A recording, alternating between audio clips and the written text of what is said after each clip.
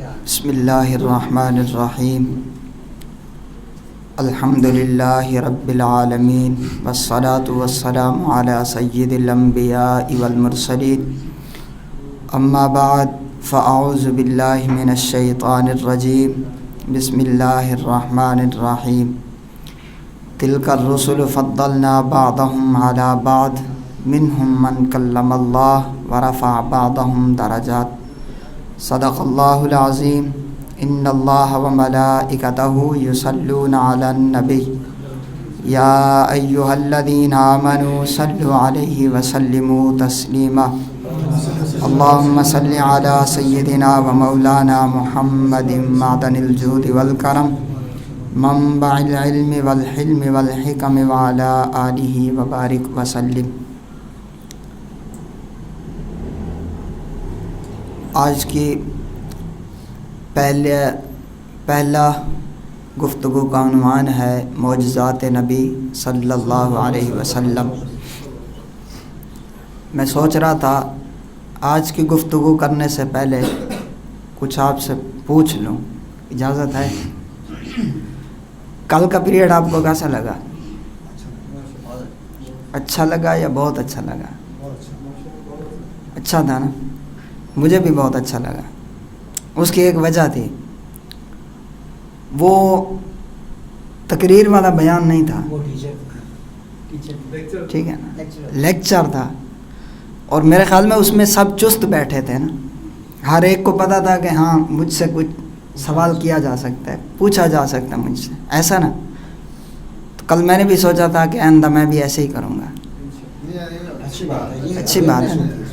چلو آپ بتائیں، کل جو ہم نے لیکچر سنا تھا اس میں سے کچھ ایک دو باتیں بتائیں، کوئی بھی بتائیں کل کے لیکچر میں سے۔ سب سے پہلے تو آپ صلی اللہ علیہ وسلم کا یہ ہے کہ آپ نے سب سے پہلے جو مسجد قباء کی بنیاد رکھی جی، اور آپ نے جو آپ کے پہلے سب سے رہائش فرمائی حضرت ابو انصاری کے گھر پہ، جی، پھر آپ نے مسجد نبوی شریف کی بنیاد رکھی، اور مسجد نبوی شریف میں آپ نے مطلب جماعت کے علاوہ ایک سینٹر مقرر فرمایا جس میں تمام اصحابہ غیر اسلام کے پورے جو قواعد ضوابط اور احکامات وہیں سے ہوتے تھے، وہاں سے بالکل۔ ہاں جی، وہاں پہ ہم نے ایک بات سنی تھی کہ مسجد کو مرکز بنایا گیا اور مسجد کو تربیت گاہ بنایا گیا۔ بنیادی مقصد تربیت، مسجد کا بنیادی مقصد تربیت گاہ تھا۔ اب اس دور میں دیکھو مسجد کا یہ والا مقصد حل ہو رہا ہے، ہونا چاہیے۔ ضرور اس میں کون کردار ادا کرے گا؟ اس میں اساتذہ کے علاوہ والدین کا بہت بڑا کردار۔ مسجد کے اندر تربیت کو جاری کرنے میں کون کردار ادا کرے گا؟ ہر فرد کا کردار ہے، ہر ایک کا مستقل علیحدہ کردار ہے، بالخصوص جب تک عوام الناس اس کی طرف متوجہ نہیں ہوں گی تو اس وقت تک علماء بھی متوجہ نہیں ہوں۔ دیکھیں انفرادی طور پر نا فرداً ہر بندے کی ذمہ داری ہے۔ بالفرض اگر میں اس مسجد کا نمازی ہوں، میرا حق بنتا ہے کہ اگر مجھے کوئی کمی نظر آئے نا، میں انتظامیہ کو اس سے آگاہ کروں۔ اگر میں کوئی اچھی مثبت سوچ رکھتا ہوں اس سے میں انتظامیہ کو آگاہ کروں۔ میں انتظامیہ اس لیے کہہ رہا ہوں، آپ سوچ رہے ہوں گے کہ علماء کا کیوں نہیں کہہ رہے، کہ علماء اس دور میں یہ ایک بہت بڑی مطلب آپ سمجھ لیں کہ ہاں کہ اس دور میں علماء کو بھی انتظامیہ کے تحت چلنا پڑتا ہے، ٹھیک ہے۔ بعض جگہ پہ تو علماء کو کہا بھی جاتا ہے کہ حضرت آپ نے یہ نہیں کرنا، یہ نہیں کرنا، یہ نہیں کرنا، یوں نہیں کرنا، یہ ساری ایک تفصیل ہے۔ جب تک ہم رائے نہیں دیں گے نا تب تک کوئی بھی کام نہیں کرے گا۔ اور دیکھیں ایک بندے کی رائے سے کام اتنا خوبصورت ہو سکتا ہے، اتنا خوبصورت ہو سکتا ہے کہ آپ کی سوچ ہے۔ میں تحدیث نعمت کے طور پر یہ عرض کر رہا ہوں، یہ جو اس 10 روزہ کا خواب ہوا نا، یہ میں نے پڑھی تھی شفا شریف، سیرت النبی پہ ایک کتاب ہے، بہت لاجواب کتاب ہے۔ میں نے وہ پڑھی، مجھے زبردست لگی، میں نے اس کو پھر پڑھا، تیسری بار پڑھا، ربیع الاول میں نے بیانات میں اس کو جاری رکھا، سبحان اللہ. اب میرے ذہن بنا کہ اس کا درس ہونا چاہیے، بہت سی بات ہے. اور جو ہمارے درس کا ایک ٹرینڈ چل رہا ہے نا اس سے ہٹ کر ہونا چاہیے. مطلب ہمارا درس کا یہ ہے کہ ہفتے میں ایک روز ہو گیا، اس میں بھی بس جو 2-4 نمازی بیٹھتے ہیں وہ بیٹھ گئے، باقی چلے جاتے ہیں. تو میں نے کہا اس کا باقاعدگی سے کورس ہونا چاہیے، اور اس کے لیے کچھ ایسی چیزیں ہونی چاہیے جس سے لوگ اس میں انٹرسٹ لیں، اس میں دلچسپی لیں. اس میں ایک تو یہ کہ اس کے آخر میں اسناد کا ڈگری کا رکھ دیا جائے تاکہ لوگ اس میں دلچسپی لیں. دوسرا یہ ہے کہ اس کو اس انداز میں نہ لیا جائے جس انداز میں ہماری عام طور پہ محافل ہوتی ہیں، اس سے ہٹ کر ایک نئی طرز پر ہونا چاہیے. تو ہم نے سوچا بیچ میں کوئی وقفہ ہونا چاہیے، وہ کر دیا. اب اس سے ایک فرد کی سوچ تھی نا، جب 2-4-6 لوگ بیٹھے، اب آپس میں ذہن ملے. میری سوچ بہت ہلکی تھی، لیکن جب میں نے اس سوچ کا اظہار کیا، اس کو ایک ایسا خوبصورت لباس پہنا دیا گیا، ایک ایسا زبردست قسم کا اسے لباس دے دیا گیا، آپ سمجھ سکتے ہیں کہ یہ مثالی ایک پروگرام بن گیا ہے. میری سوچ بھی نہیں تھی، میں نے اپنی مسجد کے لیے یہ سوچا تھا کہ ہم جیسے درس ہوتے ہیں اس طرح کی نشست رکھیں گے. لیکن وہ جو میں نے شروع میں عرض کی کہ علماء کو انتظامیہ کے تحت چلنا پڑتا ہے، تو انتظامیہ نے منع کر دیا. قاری صاحب سے رابطہ ہوا، قاری صاحب نے کہا ٹھیک ہے ہم پلیٹ فارم فراہم کرتے ہیں، کام کرو. اب یہ پلیٹ فارم جو ہے نا، میں آپ کو پہلے کہہ چکا، اب بھی کہہ رہا ہوں، تحدیث نعمت کے طور پہ عرض کر رہا ہوں، یہ ہمیں پلیٹ فارم ملا. واللہ اس طرح کا اور اس انداز میں مجھے نہیں لگتا کہیں سیرت کے اوپر درس ہوا ہو. دیگر معاملات پہ ہوئے ہوں گے، سیرت کے اوپر، مسجد کی بنیاد پر، مدارس کی بنیاد پر، اور اس طرح کے مختلف شعبۂ زندگی کے لوگوں کو اکٹھا کر کے سیرت کا ایک اس انداز میں کنٹینیو درس دینا، یہ شاید پہلی بار ہو رہا ہے میری نالج کے مطابق. ٹھیک ہے، تو اب میں نے سوچا کہ اس طرح کے ہونے چاہیے. کیوں؟ آپ نے دلچسپی لی، آپ کو اچھا لگا نا. بہت ساری چیزیں وہ تھیں جو ہم میلاد میں سن رہے تھے، میلادوں میں ہماری ذہن سازی نہیں ہو رہی تھی. میلاد کا یہی ہوتا ہے، ہم 2-4-6 گھنٹے بیٹھتے ہیں، اس کے بعد چلے جاتے ہیں. اس میں ہم نے اپنے ارد گرد کے لوگوں سے گپ شپ بھی لگانی ہوتی ہے، اس میں ہم پھر اٹھ کر جانا بھی ہوتا ہے، بہت ساری چیزیں ہماری مس بھی ہو جاتی ہیں، یہ ساری چیزیں. لیکن اس میں بیچ میں وقفہ اس لیے رکھا گیا تاکہ پہلے پیریڈ کے اندر لوگ دلچسپی سے اور انٹرسٹنگ کے ساتھ اس پیریڈ کو حاصل کریں، اور جب وقفہ دیں ہم ان کو تو وہ اس میں فریش ہو جائیں، اور فریش ہونے کے بعد دوسرا پیریڈ اس میں لیں. تو یہ میرے ذہن کے مطابق اور میری سوچ کے مطابق بہت زبردست قسم کا ایک تھا.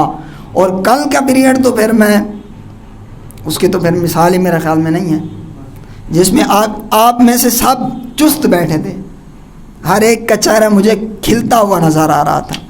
تو میں نے کہا مسجد کا بنیادی مقصد کیا تھا؟ جب سرکار صلی اللہ علیہ وسلم نے مسجد کی بنیاد رکھی تو بنیاد رکھنے کے ساتھ ہی سرکار نے جو اس کا مقصد بیان کیا، اور مقصد ہم نے اخلاق کے اندر 2 چیزیں بیان کی تھی، ایک تھا عمل، دوسرا تھا اس کا پریکٹیکل. ایک تھی اس کا علم، دوسرا تھا اس کا عمل. ایک تھیوری، دوسرا اس کا پریکٹیکل. سرکار نے صرف بتایا نہیں کہ مسجد میں تربیت ہوتی ہے، کرنی ہے، بلکہ صحابہ کو بٹھا کر صحابہ کی تربیت فرمائی، اور تربیت بھی اس انداز میں فرمائی کہ کسی کی دل آزاری نہیں ہوئی، کسی کے حوصلے پست نہیں ہوئے، کوئی پریشان نہیں ہوتا تھا. حتیٰ کہ سرکار دو عالم صلی اللہ علیہ وسلم جس کی کوئی کمی دیکھتے تھے یا جس کا کوئی ایسا عمل دیکھتے تھے جو اسلام کے خلاف ہوتا تھا، تو میرے آقا علیہ الصلاۃ والسلام کا معمول مبارک یہ تھا کہ آپ اس انداز کے اندر اس کی تربیت فرماتے تھے کہ جس کی وہ کمی تھی وہ اسے پورا کرتا تھا، اور باقیوں کو پتہ ہی نہیں چلتا تھا کہ سرکار نے کس کے لیے یہ فرمایا ہے. گویا عام بول کر عام بول کر خاص مراد لیا جاتا تھا، یعنی سب کو کہا جاتا تھا اور اس میں سے جو اس غلطی کا مرتکب ہوتا وہ اس کو فالو کر لیتا، جس کے اندر وہ کمی ہوتی وہ اس کو پورا کر لیتا تھا۔ یہ تھا سرکار کا، یہ معمول تھا تربیت کرنے کا۔ ہمیں اس چیز کی ضرورت ہے، جب تک آپ نہیں کہیں گے نا لوگوں کا ذہن نہیں بنے گا۔ آپ کے اندر اگر اچھے خیالات، اچھی سوچ مذہبی اعتبار سے آئے وہ آپ پیش کریں۔ تو عرض کر رہا تھا، یہ تو کل کے حوالے سے ہو گیا۔ آج کا ہمارا ٹاپک ہے معراج مصطفیٰ صلی اللہ علیہ وسلم۔ معجزات۔ سب سے پہلے معجزہ کہا کسے جاتا ہے؟ کوئی بھی بتا دیں۔ عام عقل و فہم سے ہر بات جو عقل سے احاطے میں نہ ہے، صحیح ہے، جی جی، مگر ہو بہت زبردست جو ذہنوں کو مطمئن بھی کرے، جی مگر عقل میں آنے والی نہ ہو۔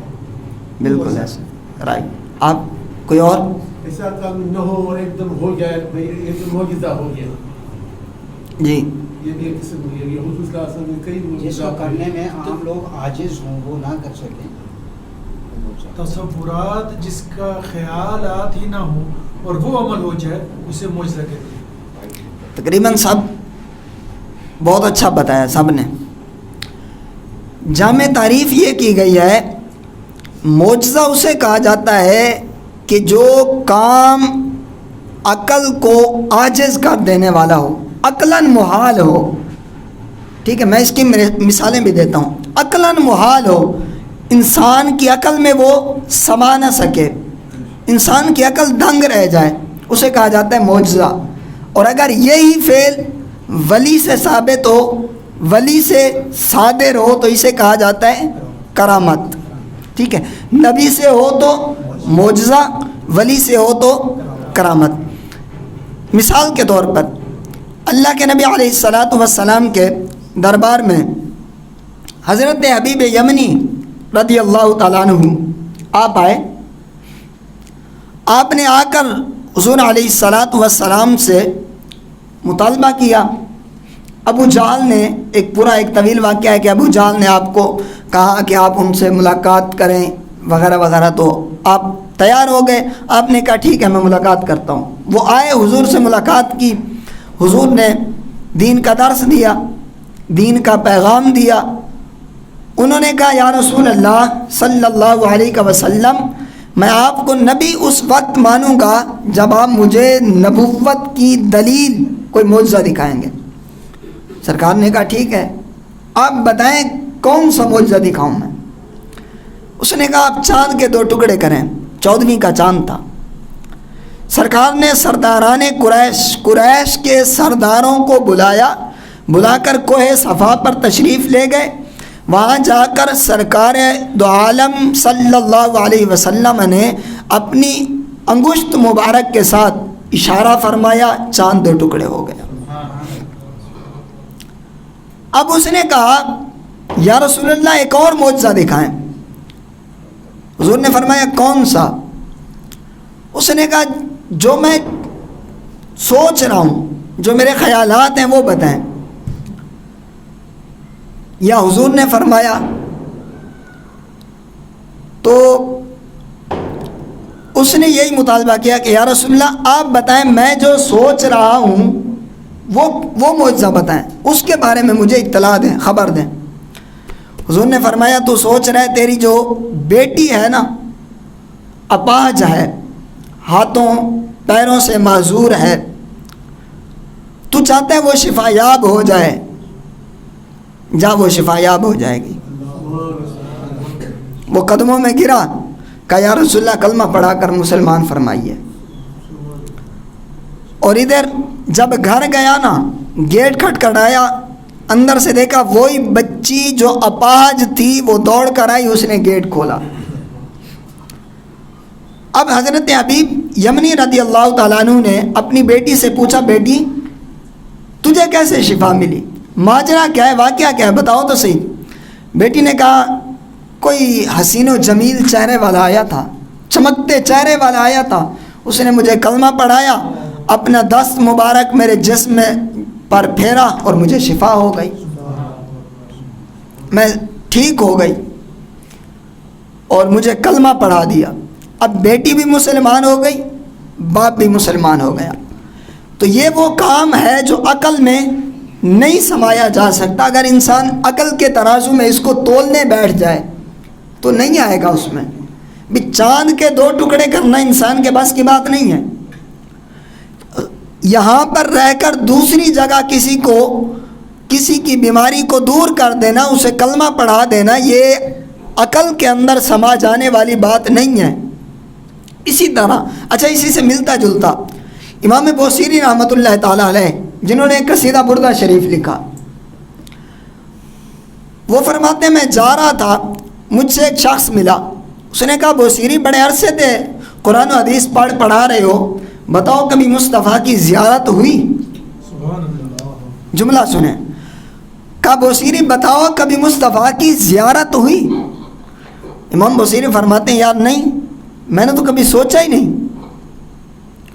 اب امام بوصیری فرماتے ہیں میرے دل کے اندر نہ ایک کیفیت طاری ہو گئی دیدار مصطفیٰ کی، ایک خیالات کے اندر سما سا گیا، سوچتا رہتا تھا یار کسی طرح سے دیدار مصطفیٰ ہو جائے۔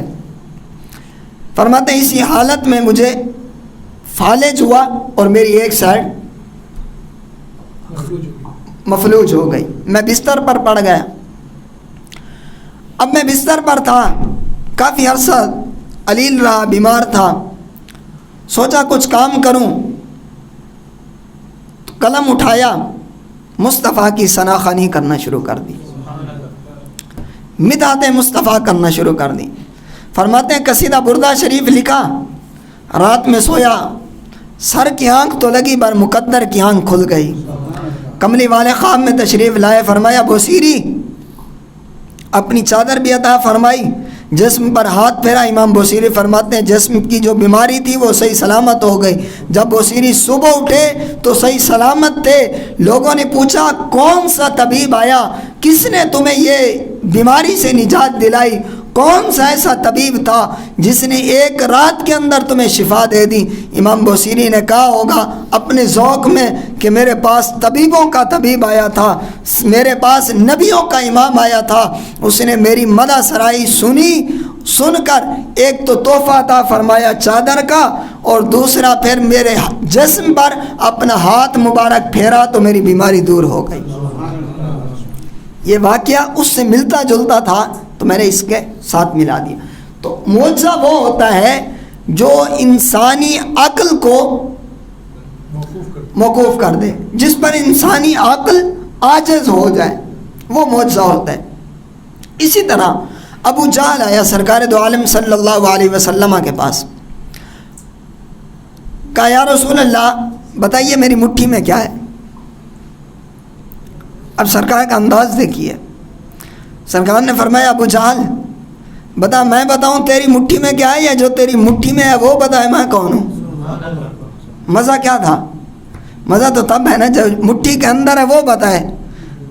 ابو جہل نے کہا اگر یہ بتا دیں تو پھر تو بات ہی اور ہے۔ سرکار نے فرمایا بتا کلمہ پڑھے گا؟ کہا جی پڑھوں گا۔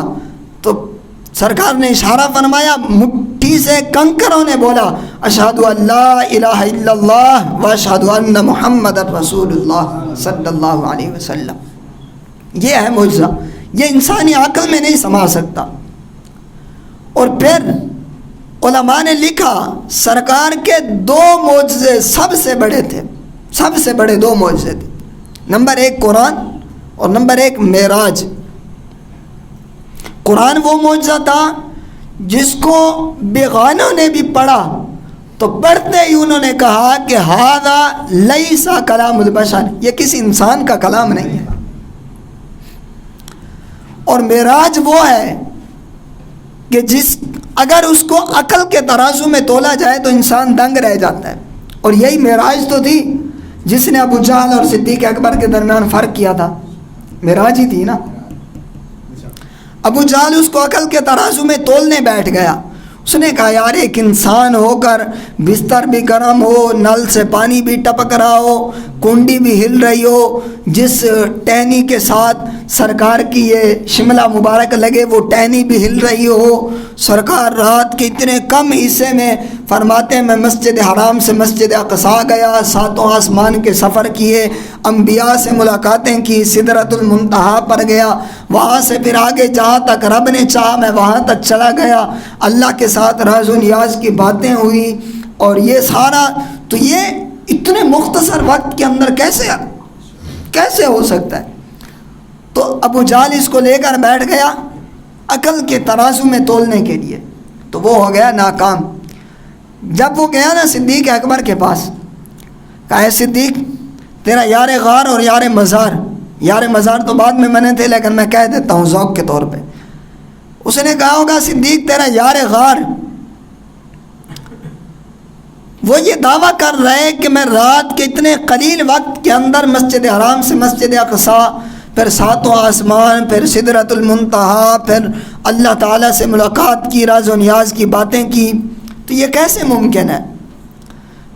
اب صدیق اکبر نے اس کو عقل کے ترازو میں تو نہیں تولنا تھا نا، صدیق اکبر نے اس کو عشق کے ترازو میں تولنا تھا، اور صدیق اکبر نے کہا ہوگا کہ ابو جہل یہی تو نبی کا معجزہ ہوتا ہے، یہ تو دلیل ہے نبی کے نبی ہونے کی کہ جو بات عقل میں نہ سما سکے نبی کے نبوت کی دلیل ہی وہی معجزہ ہوتا ہے، اگر عقل میں سما جائے تو وہ معجزہ ہی نہیں ہے۔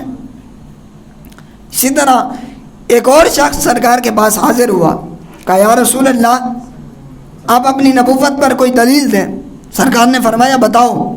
اس نے کہا یہ جو سامنے درخت ہے نا اس کو حکم دیں آپ کے پاس آئے۔ حضور نے فرمایا جاؤ اس کو میرا پیغام دو۔ اس نے جا کر کہا، وہ درخت اپنی جگہ سے ہلا، زمین کو چیرتا ہوا مصطفیٰ کے قدموں میں پہنچا، جھکا، سلام کیا، پھر سرکار نے حکم دیا تو وہ واپس چلا گیا اپنی جگہ پر۔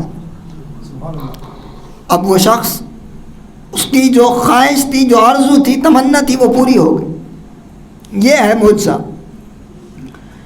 اب میں آپ کو معراج کی ایک فضیلت بتاتا ہوں کہ معراج کا معجزہ سب سے بڑا کیسے ہے۔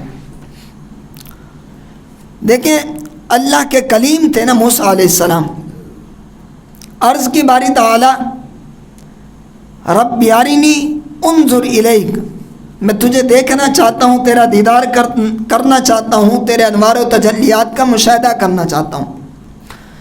اللہ رب العالمین نے کیا فرمایا؟ فرمایا موسیٰ لن ترانی، تو نہیں دیکھ سکتا۔ حضرت موسیٰ علیہ السلام نے اصرار کیا، بار بار عرض کی۔ اللہ نے کہا ٹھیک ہے پہاڑ پر آ جاؤ، ہم تمہیں اپنے انوار و تجلیات کا مشاہدہ کرا دیتے ہیں۔ حضرت موسیٰ علیہ السلام سرداروں کے ساتھ وہاں پہنچے۔ روایات میں آتا ہے کہ اللہ رب العالمین نے اپنے انوار و تجلیات سے سوئی کی نوک سے کم پردہ ہٹایا، اظہار فرمایا، وہ پہاڑ بھی جل کر راکھ ہو گیا، وہ سردار بھی، اور خود سیدنا موسیٰ علیہ السلام بھی، جو قرآن کے الفاظ ہیں وَخَرَّ مُوسَىٰ صَعِقًا، کہ موسیٰ علیہ السلام اس پہاڑ سے زمین پر جلوہ گر ہو گئے، زمین پر تشریف فرما ہو گئے موسیٰ علیہ السلام بھی۔ لیکن ادھر دیکھیں سرور کون و مکان صلی اللہ علیہ وسلم کی عظمت کا عالم اور آپ کے معجزے کی ایک عجیب طرز کے اندر اس معجزے کی کیفیت دیکھیں، اس معجزے کو دیکھیں کہ سرکار نے اظہار نہیں فرمایا تھا، کہا نہیں تھا باری تعالیٰ میں تیرا دیدار کرنا چاہتا ہوں۔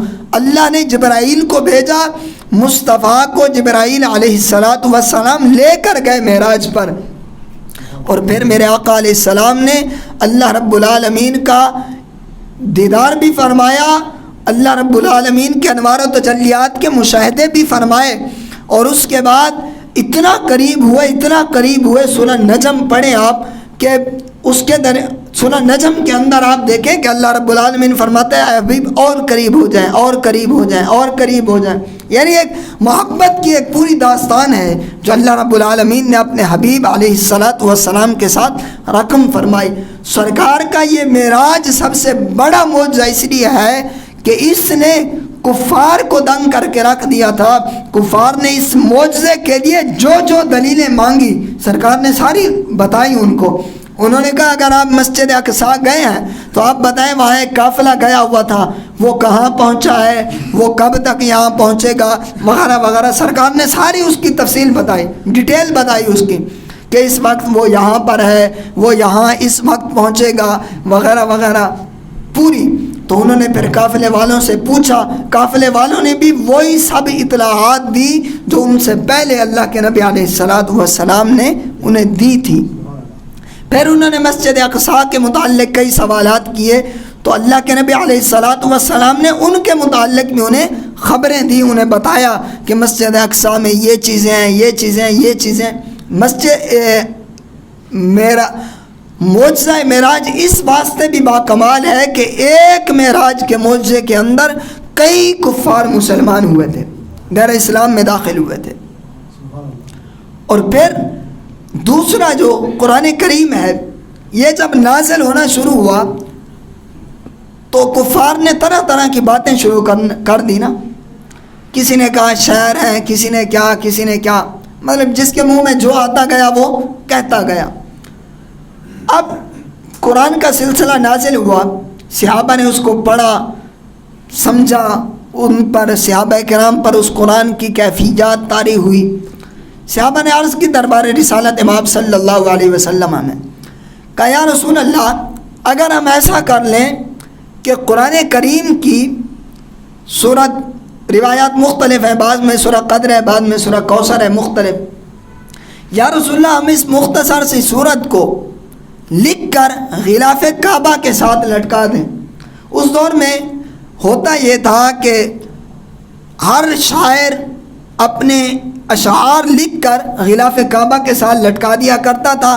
دور دراز سے لوگ آتے تھے کعبۃ اللہ کی زیارت کے لیے، حج کے لیے، تو وہ ان اشعار کو پڑھتے تھے تو پھر ان کے نیچے اچھے جو ہیں وہ جملے لکھ دیتے تھے، ان کی تعریف کر دیتے تھے۔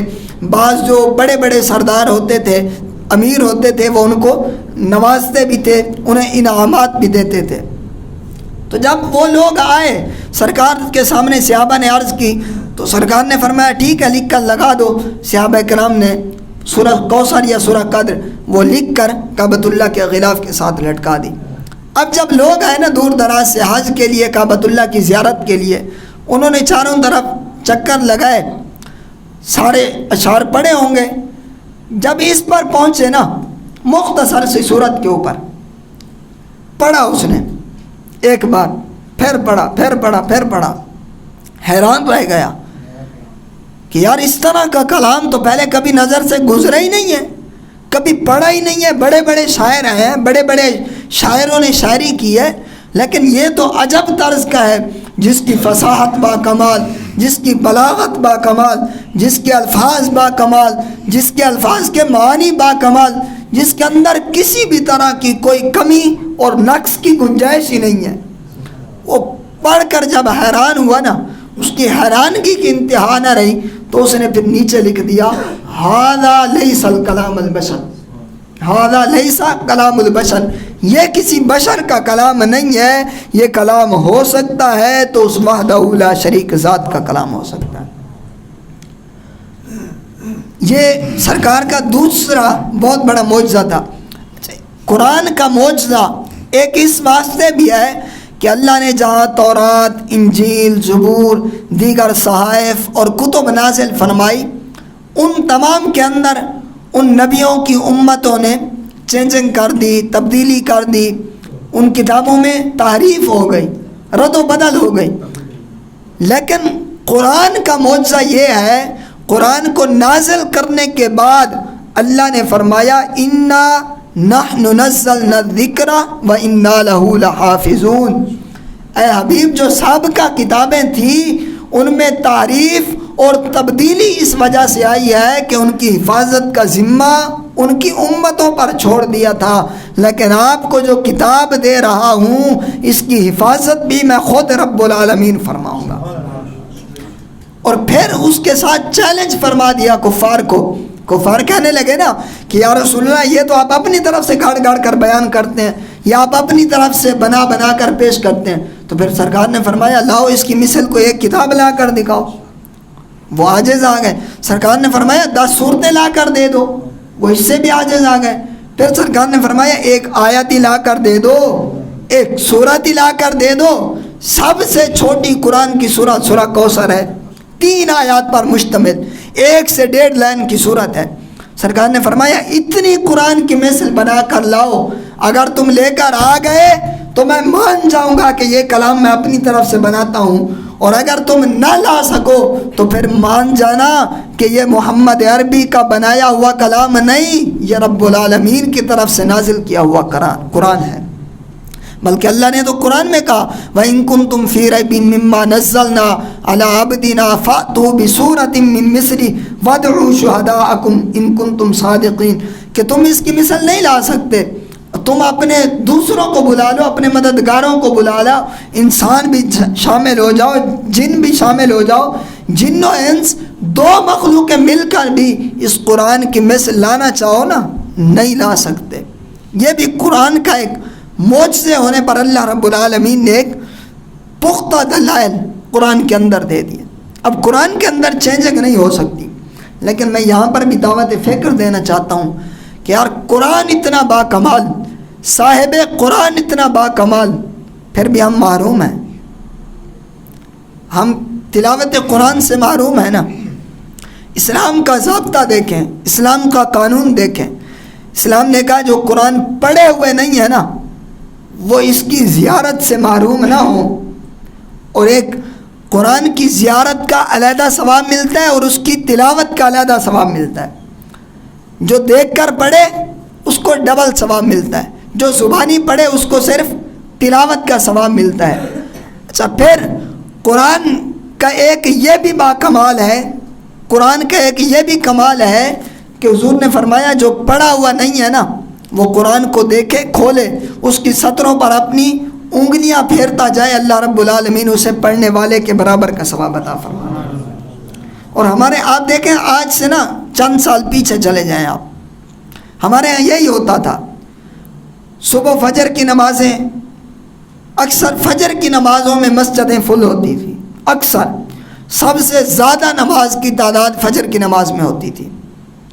لوگوں کا ایک یہ ذہن تھا کہ باقی نمازیں پڑھیں نہ پڑھیں فجر کی نماز لازمی پڑھنی ہے. لوگ جلدی اٹھتے تھے, نماز فجر پڑھتے تھے, پھر اس کے بعد تلاوت قرآن کرتے تھے, پھر اس کے بعد اپنے دیگر معاملات شروع کرتے تھے.